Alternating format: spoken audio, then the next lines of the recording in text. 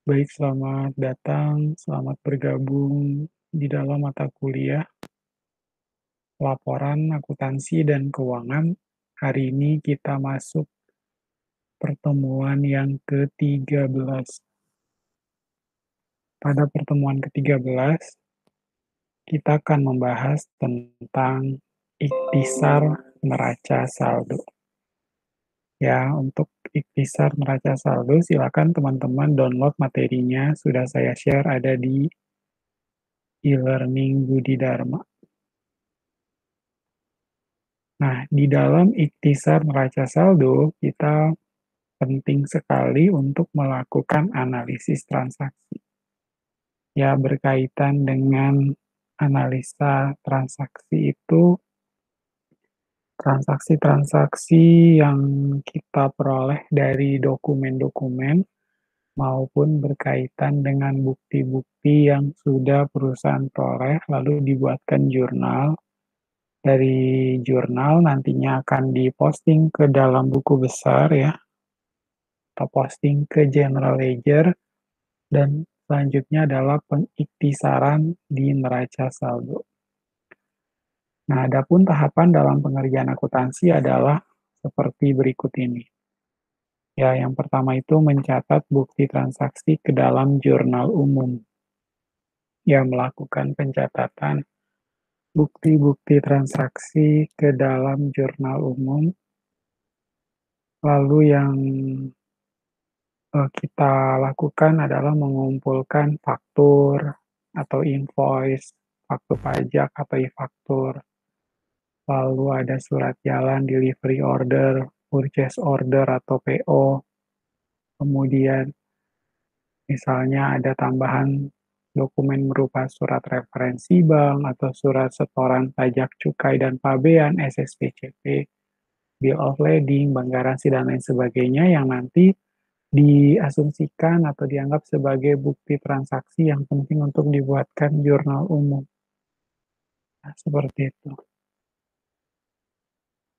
Untuk membuatkan jurnal umum. Nah, setelah kita tuangkan ke dalam jurnal umum, kita akan melakukan postingan jurnal umum ke dalam buku besar. Ya, nantinya akan diposting ke dalam buku besar. Kalau misalkan kita sudah input jurnal itu ke dalam aplikasi atau software accounting. Ya, kalau sudah memiliki software accounting justru jauh lebih baik ya. Jadi nantinya tinggal kita sortir berdasarkan apa? Kita sortir berdasarkan tanggal dan sesuai dengan kebutuhan kita. Setelah melakukan postingan jurnal umum, buku besar yang ketiga kita akan mengiktisarkan. Ya, kita mengiktisarkan atau meringkas buku besar ke dalam neraca saldo. Di situ kita akan mengelompokkan ya. Mengelompokkan apa, Pak? Mengelompokkan contohnya utang ke dalam satu buku besar. Lalu ada piutang juga ke dalam satu buku besar. Ada beban gaji ke dalam satu buku besar. Lalu ada sewa dibayar di muka, beban sewa, beban asuransi. Nah, itu nantinya akan dikelompokkan ke dalam satu buku besar. Ya, apalagi kalau perusahaannya makin besar nih. Biasanya dia akan membuat apa? Membuat buku besar pembantu piutang atau buku besar pembantu utang.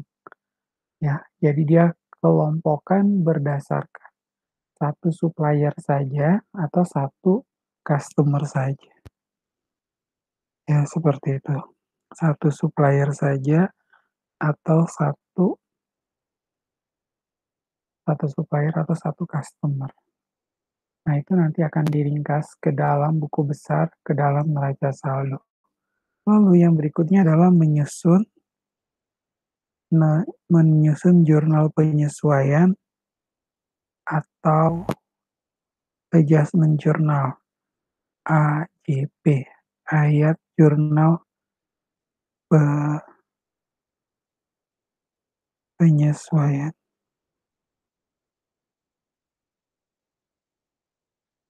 Setelah itu, setelah membuat jurnal penyesuaian, kita akan tuangkan ke dalam neraca saldo setelah disesuaikan atau ke dalam kertas kerja ya. Kalau teman-teman lihat di dalam kertas kerja, di sampingnya jurnal penyesuaian itu ada neraca saldo setelah disesuaikan. Nah, baru dari sana kita akan menyusun kertas kerja. Ya, kertas kerja ini berupa satu ledger buku besar ya yang nantinya akan dituangkan ke dalam laporan-laporan keuangan. Laporan laba rugi yang pertama, kemudian yang kedua adalah laporan perubahan modal, dan yang ketiga adalah neraca. Ya, seperti itu. Nah, kemudian kita lanjutkan bukti transaksi yang digunakan sebagai sumber pencatatan dalam jurnal antara lain, ya kan?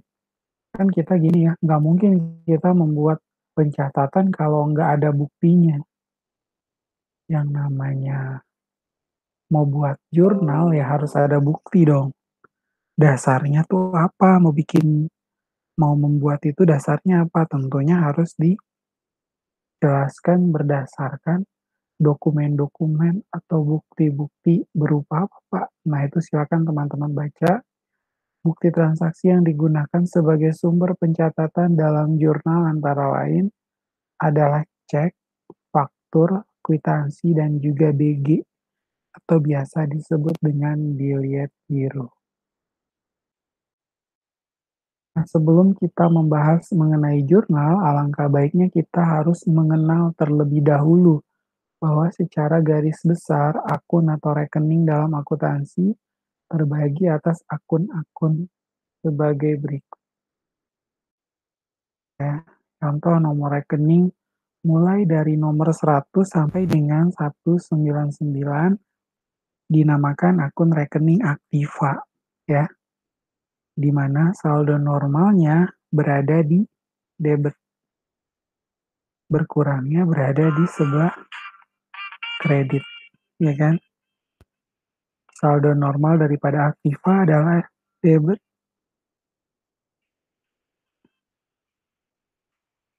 berkurangnya di kredit. Nah, kemudian nomor rekening 200 sampai 299, ya, nomor 200 sampai dengan 299 akun rekening kewajiban, saldo normal adalah kredit, lalu bertambahnya di kredit, berkurangnya adalah di debit. Kemudian untuk nomor rekening 300 sampai 399 akun rekening modal, bertambah itu saldo normalnya di kredit, berkurangnya itu berada di debit. Lalu nomor rekening 400 sampai 499 akun atau rekening pendapatan, akun atau rekening adalah pendapatan, lalu bertambah modal pendapatan itu sama ya, saldo normalnya adalah di kredit, berkurang adalah di debit. Lalu untuk nomor rekening 500 sampai 599 akun atau rekening beban, bertambah itu saldo normal debit, berkurang itu saldo normalnya di kredit. Ya, seperti itu.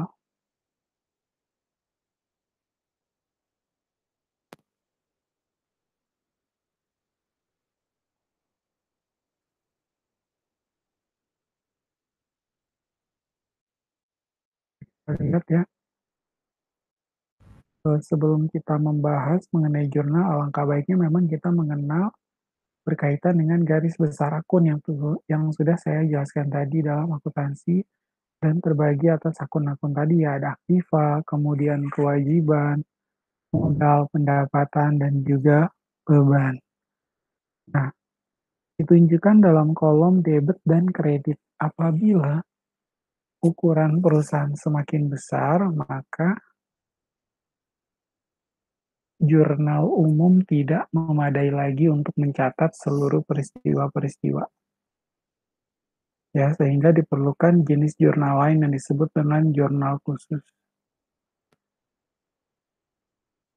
Nah, jurnal khusus itu membagi jurnal atas jenis transaksinya. Ya, seperti itu. Nah, kemudian kita lihat ya,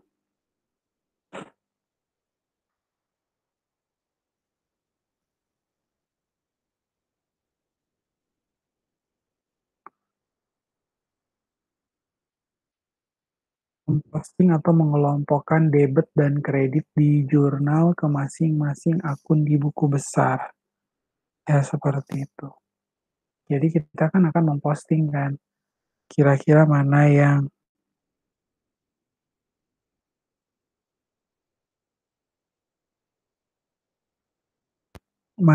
yang masuk ke dalam komponen debit dan manakah yang masuk dalam komponen ke kredit. Ya, memposting merupakan aktivitas mengelompokkan nilai-nilai transaksi ke masing-masing akun buku besar.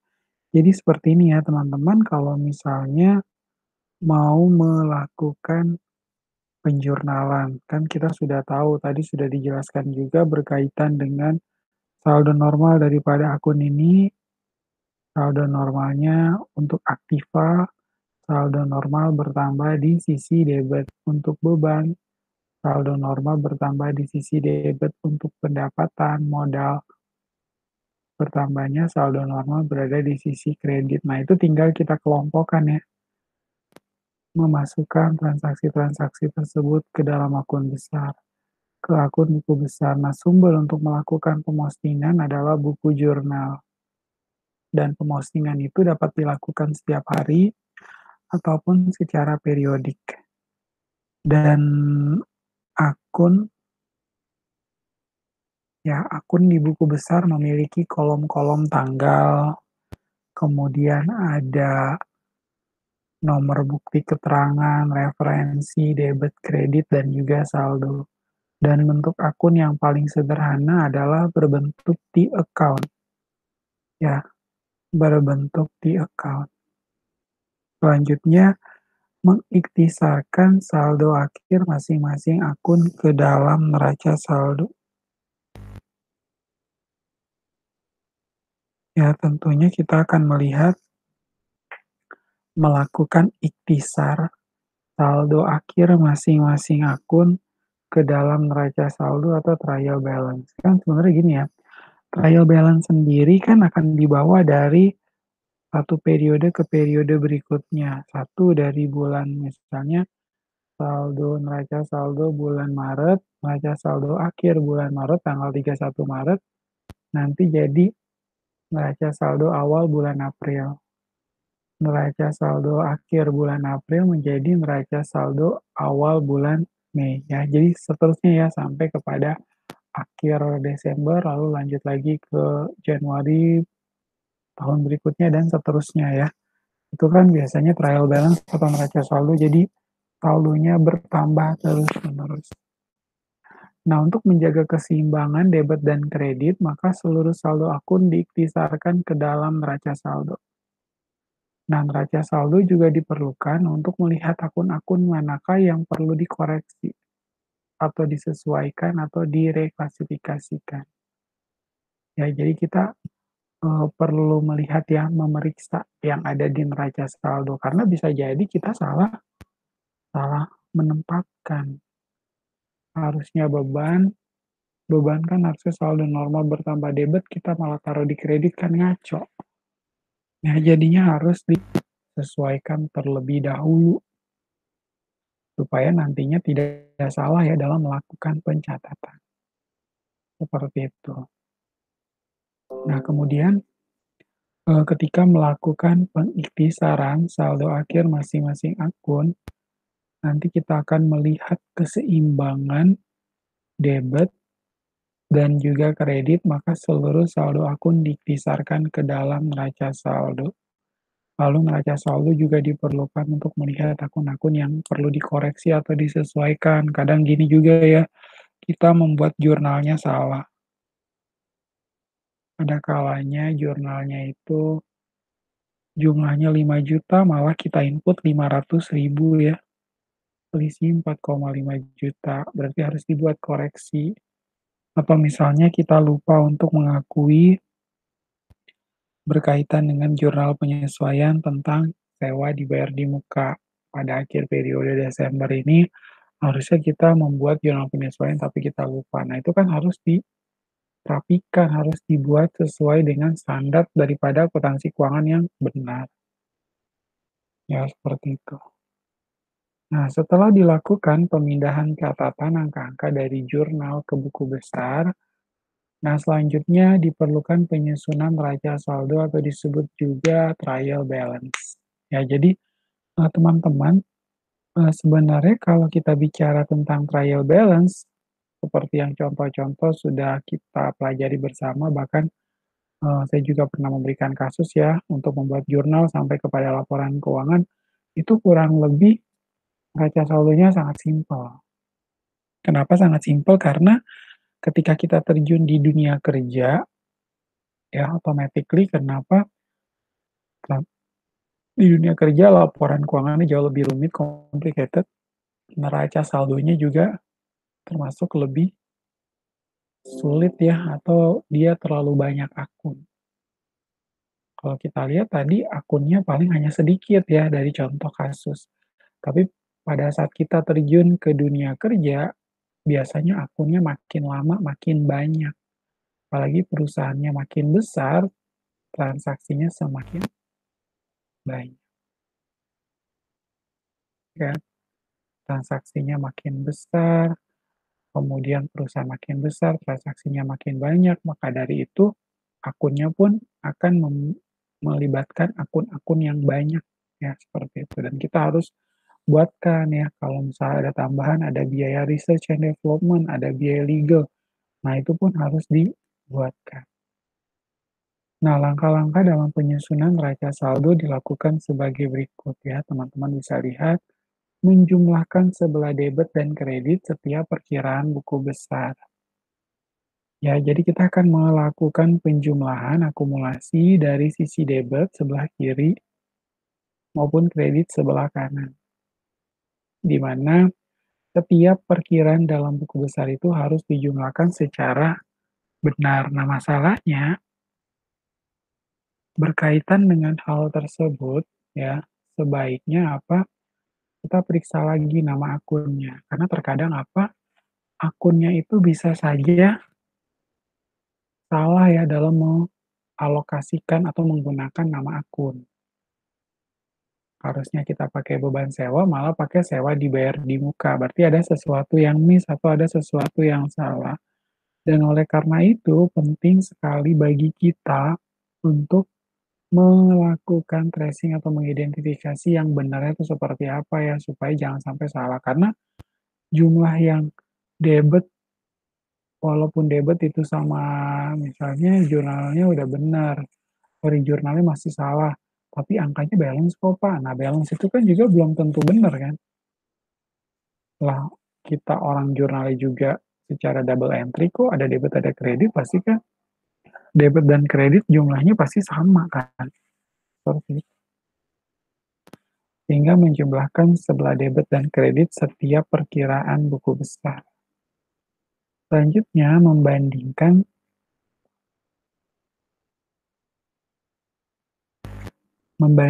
jumlah debit dan kredit setiap perkiraan apabila jumlah debit lebih besar dari kredit. Jumlah diletakkan di debit neraca saldo dan sebaliknya. Ya, masing-masing perkiraan untuk disusun dalam bentuk neraca saldo. Ya, jadi kita harus membandingkan jumlah debit dan kredit. Ada yang miss atau jumlahnya tidak sama ya setiap perkiraan-perkiraan tersebut. Biasanya kan kalau kita buat kertas kerja ya, ketika udah sampai di langkah akhir itu kan pasti akan ada selisih. Nah, selisihnya itu dianggap sebagai laba atau rugi ya enggak? Biasa demikian. Ya, jadi nantinya kita akan melihat ya langkah-langkah Dalam rangka penyusunan neraca saldo, yang pertama itu menjumlahkan sebelah debit dan kredit setiap perkiraan buku besar, lalu membandingkan jumlah debit dan kredit setiap perkiraan apabila jumlah debit lebih besar dari kredit. Jumlah yang diletakkan di debit neraca saldo dan sebaliknya. Masing-masing perkiraan ini untuk disusun dalam bentuk neraca saldo. Kemudian memindahkan saldo debit atau saldo kredit perkiraan buku besar ke dalam neraca saldo. Ya, memindahkan saldo debit atau saldo kredit perkiraan buku besar ke dalam neraca saldo. Kita lihat di sini, berikut ini adalah contoh jurnal yang menjurnal posting ke buku besar sampai neraca saldo. Anita SEAK membuka biro jasa akuntansi dengan menanamkan uang pribadi ke dalam usahanya sebesar 6 juta rupiah sebagai modal. Dengan nama Biro Jasa Akuntansi Anita. Usaha pun dimulai pada tanggal 1 April 2000. Dan itu masing-masing transaksi teman-teman bisa lihat 2 April 2000 membayar sewa kantor untuk 1 tahun.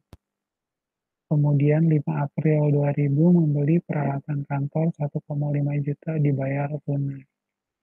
6 April membeli perlengkapan kantor 150.000 rupiah. Di tanggal 9 April,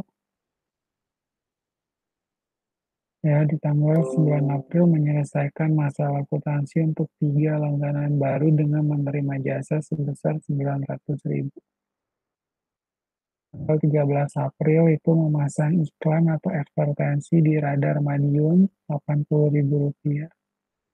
16 April menerima jasa 400.000 rupiah dari langganan yang urusan akuntansinya diselesaikan.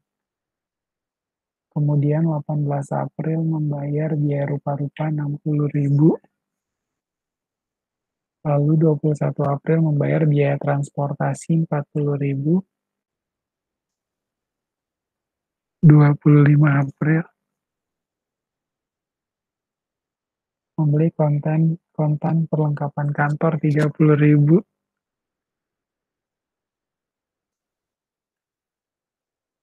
28 April menerima jasa dari langganan 600.000. 29 April 2000 membayar gaji pegawai 650.000. 30 April membeli peralatan kantor secara kredit 300.000. Kita lihat bersama ya teman-teman, apakah jurnalnya sudah benar. Itu dia melakukan penyetoran 6 juta rupiah sebagai modal, berarti modal bertambah ya, modal Anita bertambah di kredit, kasnya bertambah, di debit sebesar 6 juta. Lalu di tanggal 2 April membayar sewa kantor untuk 1 tahun, berarti sewa dibayar di muka pada kas sebesar 1,2 juta rupiah. Oke ya, benar. Lalu yang ketiga itu tanggal 5 April membeli peralatan kantor. Peralatan kantor bertambah di debit pada kas di kredit sebesar 1,5 juta ya. Oke. Kemudian membeli perlengkapan kantor 6 April 150.000. Perlengkapan kantor di debit pada kas di kredit ya 150.000. Oke. Dan menyelesaikan masalah akuntansi untuk 3 langganan baru ya dengan menerima jasa sebesar 900.000 rupiah. Ya, menyelesaikan masalah akuntansi untuk 3 langganan baru dengan menerima jasa sebesar 900.000 rupiah. Pendapatan jasa 900.000, pada kas di debit 900.000. Oke. Kemudian memasang iklan atau advertensi di Radar Madiun, beban iklan di debit pada kas di kredit 80.000. Oke ya, tanggal 13 April. Kemudian Di tanggal 16 April menerima jasa 400.000 dari langganan yang urusan akuntansinya diselesaikan. Tanggal 16 April pendapatan jasa bertambah di kredit 400.000 pada kas di debit 400.000 rupiah ya, tanggal 16 April. Oke, kita lanjutkan. 18 April membayar biaya rupa-rupa 60.000, berarti biaya lain-lain di debit pada kas di kredit 60.000 rupiah. Ya, ini mah cukup jelas ya, ini mah simple. Kalau kita lihat ya, cukup simpel. Kemudian, biaya transport di debit 40.000 di debit pada kas di kredit 40.000, itu tanggal 21 April. Tanggal 25 April membeli kontan perlengkapan kantor. Perlengkapan kantor di debit pada kas di kredit 30.000. Lalu menerima jasa dari langganan 600.000, pendapatan jasa di kredit 600.000, kas di debit 600.000 rupiah. Kita cek sampai tanggal 28 April. Apakah jurnal kita sudah benar ya? Mulai dari, oke sini ya, tadi kan biaya lain 600.000. Oke, nah ini ternyata aksinya sudah sampai di tanggal 18. Nah, sebenarnya ya, teman-teman, silahkan teman-teman buatkan jurnal seterusnya ya. Tadi kan kita baru sampai di transaksi tanggal 18 April. Nah, tugas kita hari ini pada pertemuan ke-13, silahkan teman-teman lanjutkan, ya lanjutkan transaksi mulai dari tanggal 21 April sampai tanggal 30 April ya, untuk kepentingan pribadi. Lalu posting ke dalam buku besar. Selanjutnya adalah silahkan teman-teman buatkan laporan keuangan. Ya, kurang lebih demikian. Kerjakan di mana, silahkan teman-teman kerjakan saja di Excel.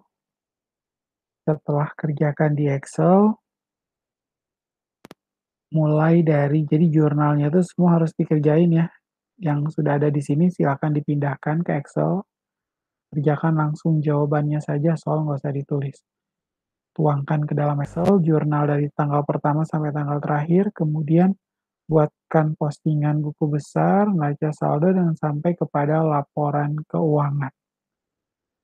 Ya, kurang lebih seperti itu. Nah, silakan teman-teman submit tugasnya di e-learning Budi Dharma. Oke ya, berarti cukup jelas ya.